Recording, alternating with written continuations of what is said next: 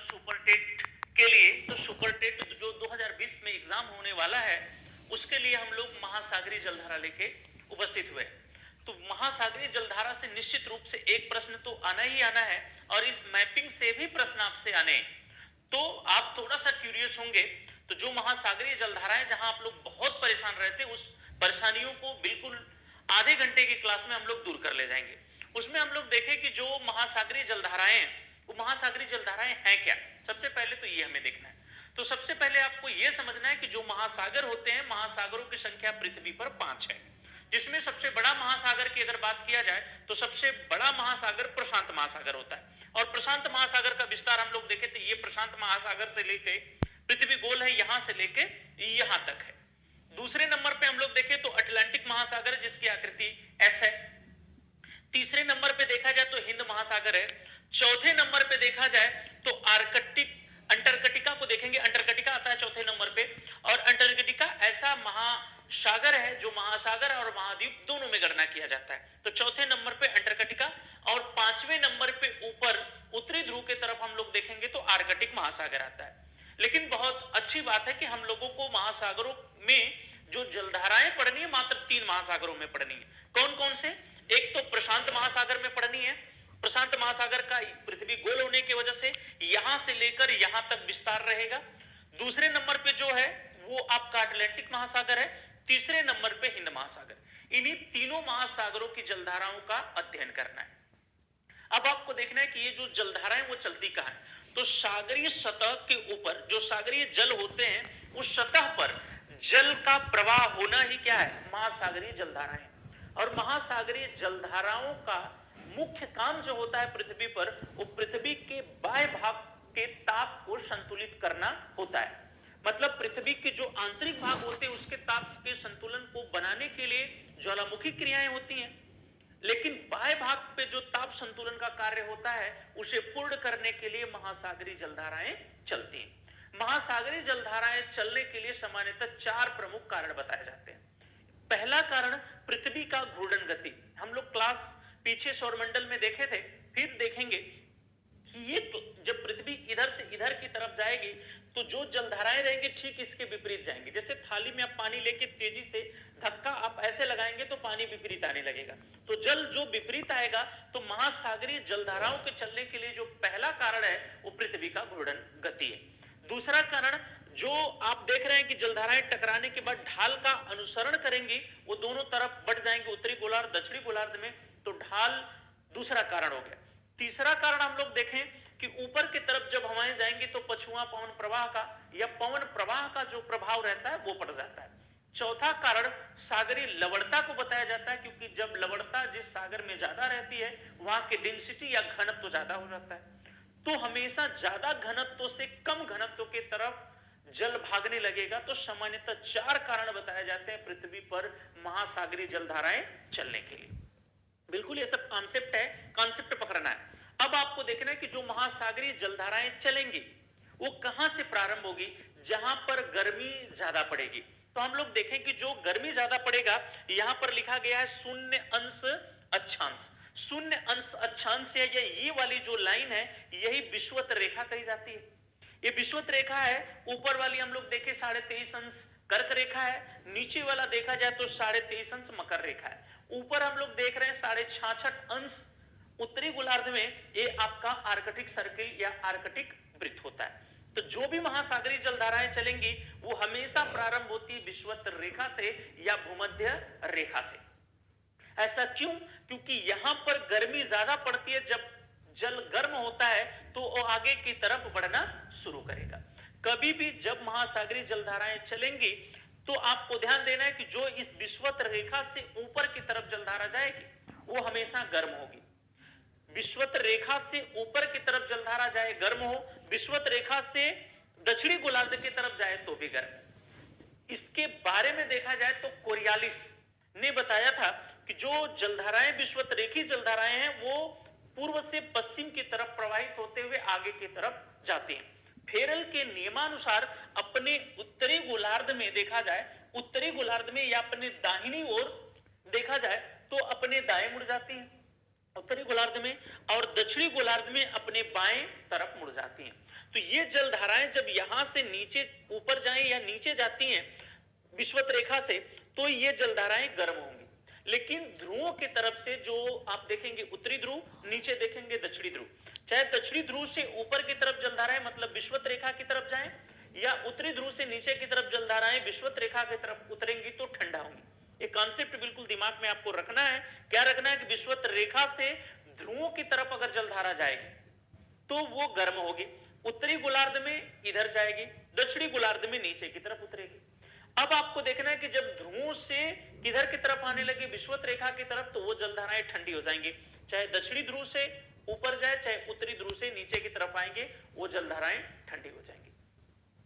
और आपको याद रखना है कि जब जहां पर गर्म और ठंडी जलधाराएं आपस में मिलती है, वहां पर हमेशा मत्स्य उत्पादन केंद्र विकसित होते हैं। मत्स्य उत्पादन केंद्र का मतलब क्या होता है? जहां पर मछली अधिक मात्रा में मारी जाए या पकड़ी जाती है, ऐसा कुछ विकसित हो जाता है जहां पर गर्म और ठंडी जलधाराएं मिलती हैं वहां पर। तो हम लोग अभी देखें कि कितनी महासागरों की जलधाराएं पढ़नी है, तो अटलांटिक महासागर की पढ़नी है, प्रशांत महासागर की पढ़नी है और हिंद महासागर की। तो सबसे पहले हम लोग अटलांटिक महासागर की गर्म जलधाराओं और ठंडी जलधाराओं की विशेषताओं के साथ अध्ययन करना प्रारंभ करें। तो हम लोग देखें कोई भी जलधारा चलना कहां से शुरू होगी? हमेशा विषुवत रेखा से चलना शुरू होगी। तो हम लिख सकते हैं कि विषुवत रेखीय गर्म जलधारा। और किस महासागर के बारे में हम लोग पढ़ रहे हैं? तो अटलांटिक। तो आप जोड़ सकते हैं कि विषुवत रेखीय या अटलांटिक विषुवत रेखीय गर्म जलधारा, और ये ऊपर उत्तर रहेगा, नीचे दक्षिण रहेगा। तो आप लिख सकते हैं कि उत्तरी अटलांटिक विषुवत रेखीय गर्म जलधारा, नीचे जो जलधारा जाएगी उसे आपको लिखना होगा दक्षिणी अटलांटिक विषुवत रेखीय गर्म जलधारा। दक्षिणी अटलांटिक विषुवत रेखीय गर्म जलधारा। अब आपको ध्यान क्या देना है कि जलधारा कहां से चलेगी? विषुवत रेखा से चलना प्रारंभ करेगी। हम लोग अटलांटिक महासागर की जलधारा का अध्ययन करना शुरू किए। अब जलधारा यहां से चलेगी पूरब से पश्चिम की तरफ। पूरब किधर होगा? इधर। पश्चिम किधर होगा? इधर। पूरब से पश्चिम की तरफ ये जलधारा जब आगे की तरफ प्रवाहित होगी, बढ़ेगी, तो आगे जो दक्षिण अमेरिका वाला भाग है उससे टकराएगी, जो विषुवत रेखा पर पड़ता है। टकराने के बाद एक भाग ऐसे ऊपर की तरफ उठ जाएगा, ऊपर की तरफ उठेगा। एक भाग जो नीचे वाला देख रहे हैं हम लोग, ये टकराने के बाद नीचे की तरफ मूव कर जाएगा, घूम जाएगा। तो पहले हम लोग दक्षिणी अटलांटिक नहीं पढ़ेंगे, पहले हम लोग उत्तरी अटलांटिक विषुवत रेखीय गर्म जलधारा का अध्ययन करेंगे। तो यहां से हम लोग देखेंगे, अगर आप मैपिंग करेंगे तो मैप में मिलेगा आपको ये कैरेबियन सागर, और कैरेबियन सागर में कई कैरेबियाई देश भी स्थित हैं, जो हम लोग बाद में मैपिंग में देखेंगे। यहां बस आपको देखना है कि कैरेबियन सागर में इधर से होते हुए ये यूकाटन चैनल बोला जाता है, इधर से जलधारा होते हुए एक जलधारा इधर से होते हुए प्रवेश कर जाएगी इस मैक्सिको की खाड़ी में, और मैं लिख दिया हूं मैक्सिको की खाड़ी। मैक्सिको की खाड़ी में पहुंचेगी और इसे मैक्सिको की खाड़ी की गर्म जलधारा के नाम से जाना भी जाएगा। अब आपको ध्यान देना है कि जो मैक्सिको की खाड़ी है, उस मैक्सिको की खाड़ी को या इस खाड़ी को हम लोग वे न बोल के बल्कि गल्फ बोलते हैं। क्या बोलते हैं? गल्फ। गल्फ और वे में इंग्लिश में अंतर होता है। गल्फ इंग्लिश में उसे कहते हैं जो ज्यादा पैक होता है भाग, उससे गल्फ कहेंगे, और इंग्लिश में जो ज्यादा खुला रहता है, जैसे वे ऑफ बंगाल, तो बंगाल वाला अगर हम लोग देखेंगे तो इसको वे बोला जाता है। जो ज्यादा ओपन होता है उसे वे कहते हैं, जो ज्यादा क्लोज होता है उसे गल्फ कहते हैं। तो ये गल्फ वाला भाग जो है, ये मैक्सिको की गल्फ जो है आप लोग देख रहे हैं, इस गैप में गल्फ में जब ये जलधारा पहुंचती है तो ये गर्म होती है, और गर्म जलधाराएं जब इसमें पहुंचती है तो भाप का निर्माण कर देती है, धुंध छा जाता है, भाप बना देती हैं, या उसी को इंग्लिश में हम लोग स्ट्रीम कहते हैं। क्या बोलते हैं? स्ट्रीम। तो वो क्या हो जाएगा? Gulf stream. तो ये जो जलधारा होगी इसी को गल्फ स्ट्रीम के नाम से जाना जाएगा। ये जलधारा हम लोग देखें कि ऐसे आगे की तरफ बढ़ेगी, लेकिन ये जो भाग हम लोग देख रहे हैं, ये फ्लोरिडा हमने लिख दिया है। जब फ्लोरिडा तट पे टकराएगी तो उसे हम लोग फ्लोरिडा की गर्म जलधारा के नाम से जानते हैं। जलधारा कौन सी है? उत्तरी अटलांटिक विषुवत रेखी गर्म जलधारा ही है, लेकिन जिस स्थान पे पहुंच रही है उसे वो नाम हम लोग दे रहे हैं। जैसे मैक्सिको की खाड़ी में पहुंचने के बाद गल्फ स्ट्रीम, फ्लोरिडा के पास पहुंचने के बाद फ्लोरिडा की गर्म जलधारा, जो मैं रेड से बनाऊंगा सब के सब गर्म होंगे। अब ये जलधारा आगे की तरफ प्रवाहित होगी और इसका नाम गल्फ स्ट्रीम ही रहेगा, क्योंकि गल्फ मेन है और ये गल्फ स्ट्रीम के नाम से ही आगे की तरफ प्रवाहित होगी। एक गल्फ स्ट्रीम आगे की तरफ प्रवाहित होते हुए ऊपर की तरफ जाएगी ऐसे, लेकिन ये जो न्यू फाउंडलैंड द्वीप दिख रहा है, इस न्यू फाउंडलैंड द्वीप के पास लेब्राडोर सागर हम लोग देख रहे हैं। इस लेब्राडोर सागर से ठंडी जलधाराएं नीचे की तरफ उतरना शुरू हो जाएंगी। जब नीचे की तरफ उतरना शुरू हो जाएंगी, अभी मैं लेक्चर में शुरू में ही बोला कि जहां पर गर्म और ठंडी जलधाराएं आकर आपस में मिलती हैं, वहां पर मत्स्य उत्पादन केंद्र विकसित होता है। वो स्थान कौन सा है? जहां पर गल्फ स्ट्रीम और ऊपर से लेब्राडोर सागर से लेब्राडोर की ठंडी जलधारा, यहां मैं नहीं लिख रहा हूं इसलिए कि लेब्राडोर सागर से लेब्राडोर ठंडी जलधारा, तो आप लोग नोट कर लीजिएगा, लेब्राडोर की ठंडी जलधारा एक गल्फ स्ट्रीम की गर्म होगी, रेड गर्म होगा और जो ब्लू है ये आपकी ठंडी होगी। तो यहां पर गर्म और ठंडी जलधाराएं जब मिलती है तो न्यू फाउंडलैंड द्वीप के पास मत्स्य उत्पादन केंद्र विकसित होता है, जो किस नाम से जाना जाता है? ऐसा भी प्रश्न पूछा जाता है तो ये ग्रैंड बैंक के नाम से जाना जाता है। ग्रैंड बैंक के नाम से जाना जाता है, जो विश्व का दूसरा सबसे बड़ा, सेकंड है ये, विश्व का दूसरा सबसे बड़ा मत्स्य उत्पादन केंद्र विकसित हो जाता है। फिर हम लोग देखें कि ये जो जलधाराओं का प्रवाह है, ये गर्म जलधाराओं का प्रवाह ज्यादा सक्रिय रहता है, इसलिए ये धक्का देते हुए आगे की तरफ बढ़ जाएगा। जब आगे की तरफ बढ़ेगा तो आइसलैंड से होते हुए आगे की तरफ ये निकलने की कोशिश करता है और एक सीधा ऊपर की तरफ बढ़ जाता है नॉर्वे की तरफ, और इसे नॉर्वे की गर्म जलधारा के नाम से भी जानते हैं, क्योंकि नॉर्वे देश पे चला गया तो नॉर्वे की गर्म जलधारा सबसे ज्यादा संभावित रहता है। आप यहीं पर गलती कर देते हैं। हमको लगता है कि नॉर्वे बिल्कुल ध्रुवों की तरफ है तो नॉर्वे ठंडा है, इसलिए नॉर्वे जलधारा ठंडी होगी, लेकिन ऐसा भ्रम नहीं करना है। अभी जलधारा ऊपर की तरफ उठ रही है, इसलिए नॉर्वे की जलधारा कैसी होगी? गर्म होगी। एक जलधारा हम लोग देखें, यही जो हम गल्फ स्ट्रीम देख रहे हैं, यही का प्रवाह है सब, और एक जलधारा ऐसे आइसलैंड को चारों तरफ से घेर लेती है और इस जलधारा का नाम रखा जाता है इरमिंजर। इरमिंजर, कहीं कहीं बुक में आपको इरमिंगर मिलेगा, परेशान मत होइएगा। इरमिंजर या इरमिंगर जो जलधारा है वो आइसलैंड को चारों तरफ से घेरती है और ये गर्म जलधारा के नाम से जानी जाती है। और एक जलधारा यहीं से नीचे की तरफ मूव कर जाती है और इस जलधारा को हम लोग देखें तो रेनल नाम दिया जाता है, रेनल नाम दिया जाता है, और ये भी गर्म जलधारा ही रहती है। अब यहां थोड़ा सा आपको ध्यान देना है कि जो इरमिंजर जलधारा और नॉर्वे की जलधारा है, ये जो ऊपर की तरफ चली गई है, अब ध्रुवों की तरफ पहुंचने के बाद ये ठंडी होने लगेगी और ठंडी होने के बाद वो धीरे धीरे नीचे की तरफ बैठना शुरू कर देगी। छोटा सा एग्जांपल हम लोग देख सकते हैं कि जब हम लोग ठंडी के समय में सिलेंडर पे, बर्नर पे रख देते हैं एक गिलास पानी, और उस एक गिलास पानी पे आप देखेंगे कि पानी पर नीचे वाले सतह पर, गिलास के निचले सतह पर ज्यादा उष्मा लगती है, लेकिन पानी आप पिएंगे तो ऊपर वाला पानी गर्म मिलेगा, नीचे आप पीते हुए जाएंगे तो ठंडा मिलेगा। ऐसा क्यों?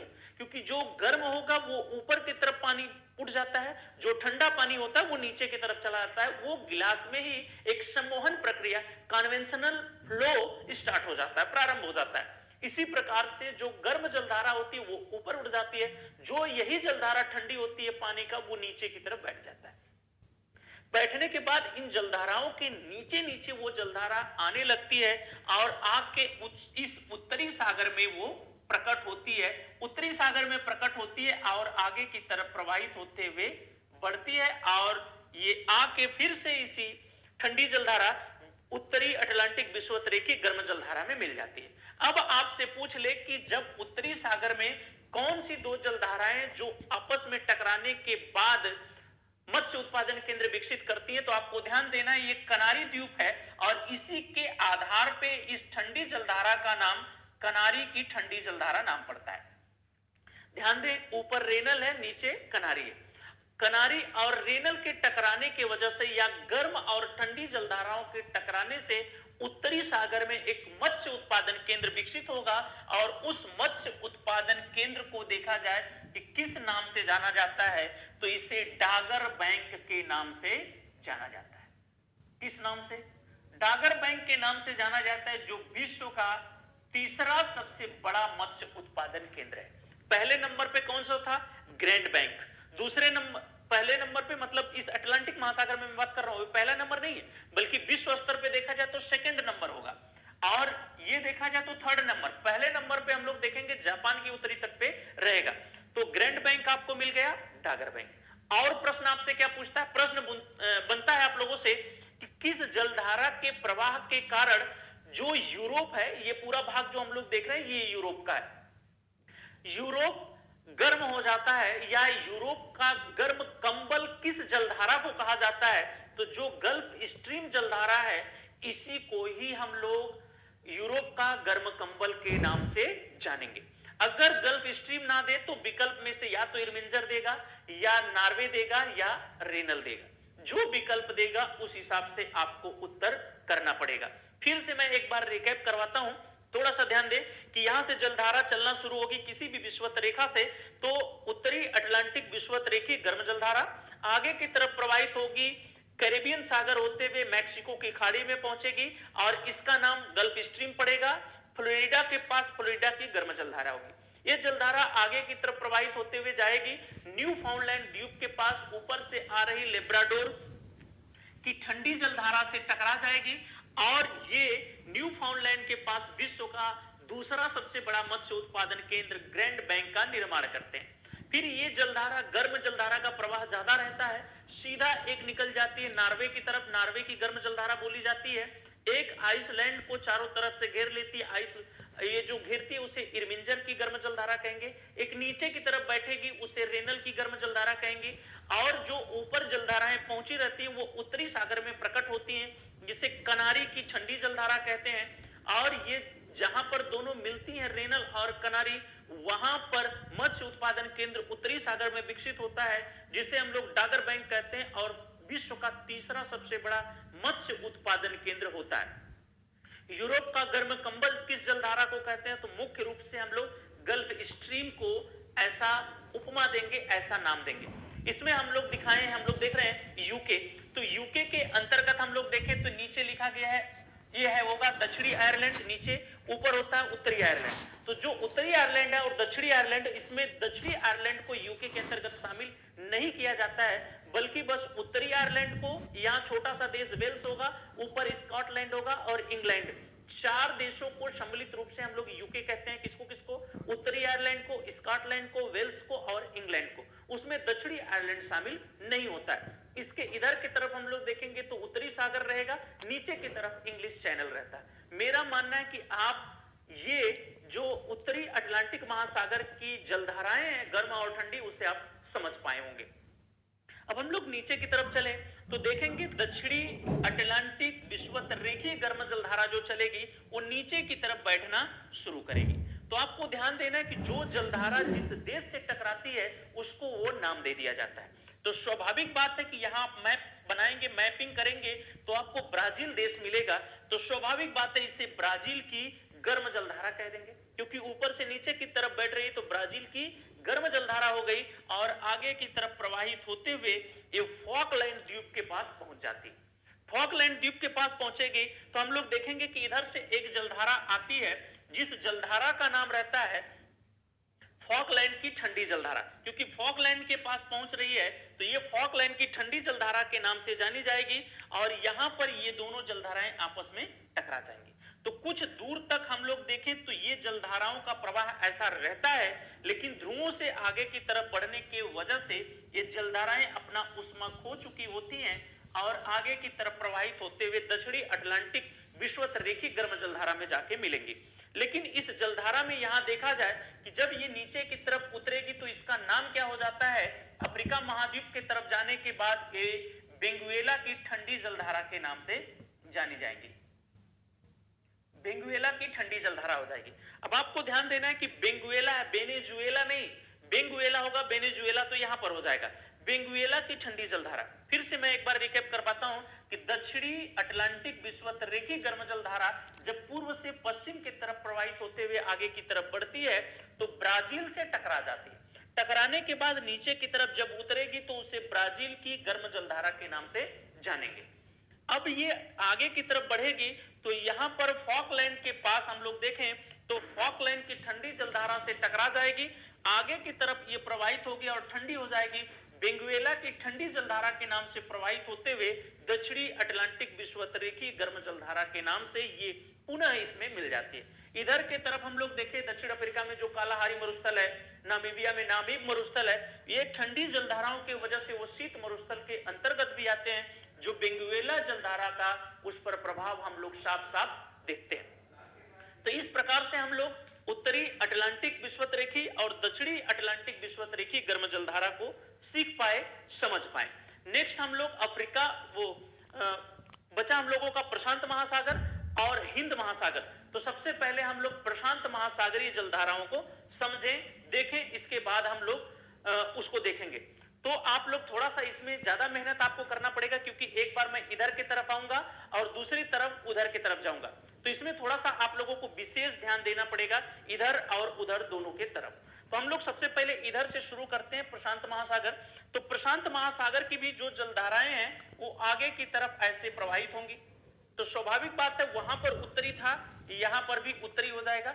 वो अटलांटिक था तो ये प्रशांत महासागर हो जाएगा। वो भी विषुवत-रेखीय, ये भी विषुवत-रेखीय, गर्म हो जाएगी, गर्म जलधारा हो जाएगी।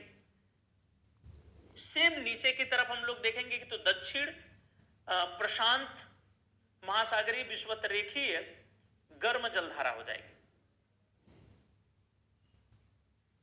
अब आपको ध्यान देना है कि यहां से जो जलधारा चलना प्रारंभ होगी, क्या आप कैमरा में पूरा सेट किए हैं, पूरा मैप? चलिए कोई बात नहीं। अब आप देखें कि यहां से जो जलधारा चलेगी वो आगे की तरफ ऐसे चलेगी, आगे की तरफ चलेगी। इसके लिए अब हम लोग मैप के उस सिरे में चले, क्योंकि जो पृथ्वी गोल है, गोल होने के वजह से हम लोग देखें कि आप पूरा बोर्डिंग एक साथ नहीं कर सकते और मिटा के करना थोड़ा सा दिक्कत होगी। तो यहां पर देखा जाए कि वही जलधारा जो प्रशांत महासागर में हम लोग देख रहे हैं वो आगे की तरफ बढ़ेगी। आगे की तरफ बढ़ती है तो कई द्वीप हैं, जैसे आप लोग देखेंगे सुमात्रा हो गया, जावा वाला द्वीप हो गया, इंडोनेशिया हो गया। उन द्वीपों से टकराते हुए जलधारा जो उत्तर की तरफ जाएगी ऊपर, वो ऐसे जाने के बाद ताइवान से टकराने के बाद दो भागों में बढ़ जाएगी। ध्यान देना है, ताइवान है, ताइवान से टकराने के बाद दो भागों में बटेगी। एक जापान के पश्चिमी तट से जाएगी, एक जापान के पूर्वी तट से। ध्यान दें आप लोग, ये जापान देश है जिसे भूकंपों का देश कहा जाता है। इसके एक पूरब में जाएगी और एक पश्चिम में। कहां से टकराई थी? ताइवान से। जो जापान के पूरब से होकर जाती है इसे हम लोग क्यूरोशियो की गर्भ जलधारा कहते हैं। क्यूरोशियो को कहीं कहीं आपको काली जलधारा भी मिलेगी, तो घबराइएगा नहीं, क्यूरोशियो का नाम ही काली होता है। और आपको ध्यान देना है कि डार्क या अंध महाद्वीप अफ्रीका महाद्वीप को कहा जाता है। अंध महासागर देखा जाए किसको कहा जाता है, तो ये अटलांटिक महासागर को कहा जाता है। अब यहां पर देखा जाए कि क्यूरोशियो काली, ये गर्म होगी, ऊपर की तरफ प्रवाहित होगी, और जो जापान के पश्चिम की तरफ रहेगी इसे हम लोग सुशिमा के नाम से जानते हैं। सुशिमा की गर्म जलधारा हो जाएगी, जो ओखोटस्क सागर होते हुए एक कमचटका प्रायद्वीप होते हुए आगे की तरफ प्रवाहित होगी, बढ़ेगी। ये पुनः जलधाराएं आपस में एक दूसरे से मिल जाती हैं और आगे की तरफ प्रवाहित होगी। जब दोनों एक दूसरे से मिलके आगे की तरफ बढ़ती हैं तो उसे क्यूरोशियो ही नाम दिया जाता है। क्यूरोशियो की जलधारा आगे की तरफ बढ़ती है।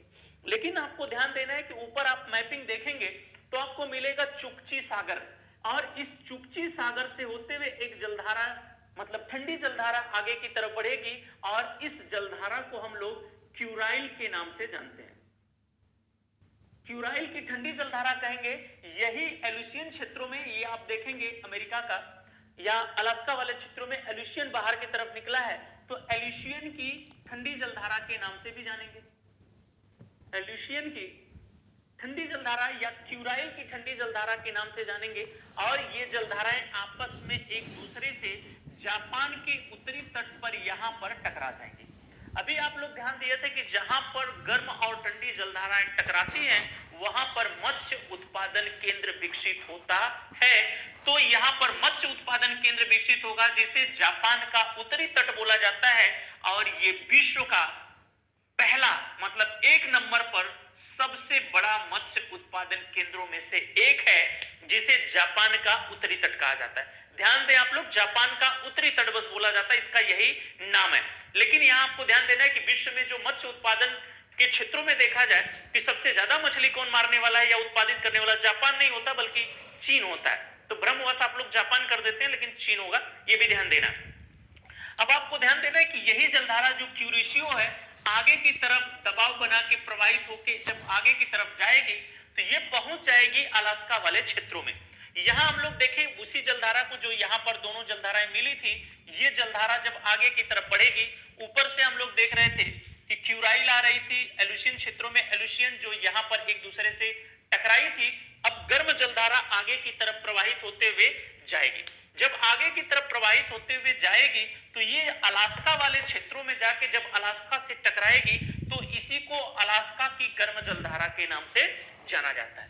पुनः ये अपना उष्मा खो देगी, धीरे धीरे ठंडा होने के बाद नीचे की तरफ उतरने लगेगी, और ऐसे नीचे की तरफ जब आएगी तो कैलिफोर्निया वाले क्षेत्रों में इसे कैलिफोर्निया की ठंडी जलधारा के नाम से जाना जाएगा। फिर से आप लोग ध्यान दें, अगर इधर से हम लोग यहां से करें तो आप लोग देख रहे होंगे उत्तरी प्रशांत विषुवतरेखीय गर्म जलधारा आगे की तरफ प्रवाहित हो रही है, द्वीपों से टकराने के बाद ऊपर की तरफ उठ रही है, ताइवान से टकराने के बाद दो भागों में बट रही है, जापान के पूर्वी तट में क्यूरिशियो, जापान के पश्चिमी तट में सुशीमा। आगे क्यूरिशियो के नाम से प्रवाहित होती है, ऊपर क्यूराइल के तरफ से चुक्ची सागर, बेरिंग सागर होते हुए एक जलधारा आती है जिसे क्यूराइल या एलुशियन के नाम से जानते हैं, और ये आगे की तरफ जब प्रवाहित होती है तो गर्म जलधारा प्रवाहित होगी, और अलास्का के क्षेत्रों में अलास्का की गर्म जलधारा अपनी उष्मा जब खो देती है तो कैलिफोर्निया के क्षेत्रों में, यहाँ कैलिफोर्निया में देख सकेंगे, कैलिफोर्निया के क्षेत्रों में कैलिफोर्निया की ठंडी जलधारा के नाम से प्रवाहित होते हुए मिल जाएगी, और ये सम्मोहन प्रक्रिया निरंतर चलता रहता है। अब आपसे यहां भी प्रश्न बनता है कि अलास्का के जो बंदरगाह है, बंदरगाह किसे कहते हैं ये भी आपको ध्यान देना है। तो जो बंदरगाह होते हैं वो बड़े बड़े जो शिपयार्ड होते हैं जहां पर पानी की जहाज बहुत बड़ी बड़ी बांधी जाती है, उसी को हम लोग शिपयार्ड के नाम से जानते हैं, बंदरगाह। तो अलास्का के बंदरगाह वर्ष भर खुले रहते हैं, किसके कारण? तो ये यही जो क्यूरिशियो जलधारा है इसी के कारण ऐसा होता है। अब हम लोग आगे की तरफ देखें कि जो दक्षिणी प्रशांत विषुवतरेखीय गर्म जलधारा है ये भी आगे की तरफ चलेगी, इन द्वीपों से टकराने के बाद नीचे की तरफ उतरेगी, ऐसे हम देख सकते हैं। तो इधर की तरफ आप लोग देखें तो इसे हम लोग ऑस्ट्रेलिया के पूर्वी भाग में पड़ने की वजह से इसे पूर्वी ऑस्ट्रेलिया की गर्म जलधारा के नाम से जानते हैं। पूर्वी ऑस्ट्रेलिया की गर्म जलधारा हो जाएगी पूर्वी ऑस्ट्रेलिया की गर्म जलधारा। आपको ध्यान देना है कि ऑस्ट्रेलिया के पूरब हिस्से में पूर्वी ऑस्ट्रेलिया की गर्म जलधारा रहेगी, पश्चिम में टकराती तो पश्चिम, तो पूर्वी ऑस्ट्रेलिया की गर्म जलधारा होगी। अब यहां से देखना है कि पूर्वी ऑस्ट्रेलिया से जलधारा जब आगे की तरफ मूव करेगी तो फिर से ये अपना उष्मा खो देगी, और आगे की तरफ जब जाएगी तो ये हम्बोल्ट या पेरू जलधारा के नाम से प्रवाहित होते हुए आगे की तरफ बढ़ जाएगी। इसे हम लोग हम्बोल्ट या पेरू की ठंडी जलधारा के नाम से जानते हैं, प्रवाहित होते हुए मिल जाएगी। यह तो बहुत आसान है। आपको ध्यान देना है कि जो ऑस्ट्रेलिया के पूर्वी भाग से मिलेगी, पूर्वी ऑस्ट्रेलिया की जलधारा कैसी होगी? गर्म। और जो ब्राजील वो दक्षिणी अमेरिका की तरफ हम लोग देखें टकराएगी, वो हम्बोल्ट या पेरू के नाम से जानी जाएगी। हम्बोल्ट या पेरू की जलधारा कैसी हो जाएगी? अगर हम लोग देखें तो कैसी हो जाएगी? ठंडी जलधारा हो जाएगी। अब लास्ट हम लोगों का हिंद महासागर बचा है, और बहुत ही आसान, मुश्किल से 5 मिनट लगेंगे हम लोगों को हिंद महासागर समझने में। इसमें भी सेम कंडीशन आपको फॉलो करने, पूर्व से पश्चिम की तरफ ऐसे जलधाराएं चलेंगी। तो इससे हम लोग सीधा सीधा बोल दें कि उत्तरी हिंद महासागरी गर्म जलधारा, क्लियर होंगे। नीचे की तरफ आप लोग कहेंगे दक्षिणी हिंद महासागरी गर्म जलधारा। जब ये प्रवाहित होगी तो पहले उत्तरी को हम लोग सीखें, उत्तरी को समझें। तो उत्तरी जलधारा जब आगे की तरफ ऐसे चलेगी तो सोमालिया देश से टकराने के बाद सोमालिया की गर्म जलधारा के नाम से जानी जाएगी। सोमालिया की गर्म जलधारा, यही सोमालिया जो समुद्री लुटेरों के नाम से विश्व विख्यात है, टकराएगी और आगे की तरफ बढ़ जाएगी। ये जलधारा ऐसी है जो कभी ठंडी नहीं होती, क्योंकि ये ध्रुवों की तरफ नहीं जा पाती और अपने उष्मा को नहीं त्याग पाती है। यही जलधारा जो सोमालिया की जलधारा है, यही भारतीय मानसून में भी परिणित हो जाती है, क्योंकि जब थार का रेगिस्तान तपता है और तिब्बत का पठार तपता है, तो इन्हीं जलधाराओं को आगे की तरफ खींचता है। खींचने की वजह से यही जलधाराएं सोमालिया की भारतीय मानसून में परिणित हो जाती हैं या चेंज हो जाती हैं, जिसको आप लोग बोलते हैं। तो प्रश्न बनता है कि कौन सी महासागरीय जलधारा भारतीय मानसून में परिणित हो जाती है, तो वो हो जाएगी सोमालिया। आगे जब हम भारतीय मानसून पढ़ेंगे तो वहां आपको जोड़ेंगे। तो उत्तरी अटलांटिक में कौन सी जलधारा चलती है? सोमालिया। दक्षिणी अटलांटिक में हम लोग देखें तो नीचे की तरफ ये जलधाराएं जब प्रवाहित होकर आगे की तरफ बढ़ती हैं, तो मेडागास्कर से टकराने के बाद ये दो भागों में बढ़ जाएंगी। एक हम लोग देखेंगे कि मोजाम्बिक चैनल, ये जो मोजाम्बिक हम देखेंगे यहाँ प्रदेश, तो मोजाम्बिक चैनल एक मेडागास्कर से होते हुए आगे की तरफ जब बढ़ेगी, तो ये जो अगुल हास वाला क्षेत्र है दक्षिण अफ्रीका में, जो पिछली बार आपके सुपर टेट परीक्षा में पूछ भी लिया गया है, जो ये हम लोग देख रहे हैं अगुल हास, अगुल हास के नाम से जानी जाती है और अगुल हास की गर्म जलधारा के नाम से होती है। पुनः ये आगे की तरफ प्रवाहित होते हुए अपनी उष्मा को खोकर आगे की तरफ बढ़ेगी और पश्चिमी ऑस्ट्रेलिया से टकराने के बाद पुनः इसमें जाके मिल जाती है। जो पश्चिमी ऑस्ट्रेलिया होगी, ध्यान देना है, पश्चिमी ऑस्ट्रेलिया होगी वो ठंडी, वहीं जो पूर्वी ऑस्ट्रेलिया हो जाएगी वो गर्म और पश्चिमी ऑस्ट्रेलिया हो जाएगी ठंडी। तो इस प्रकार से हम तीनों महासागरों की जो गर्म और ठंडी जलधाराएं थे उसको सीख पाए, समझ पाए। नेक्स्ट क्लास में फिर हम आपसे मिलेंगे, तब तक के लिए धन्यवाद। बेस्ट ऑफ लक आप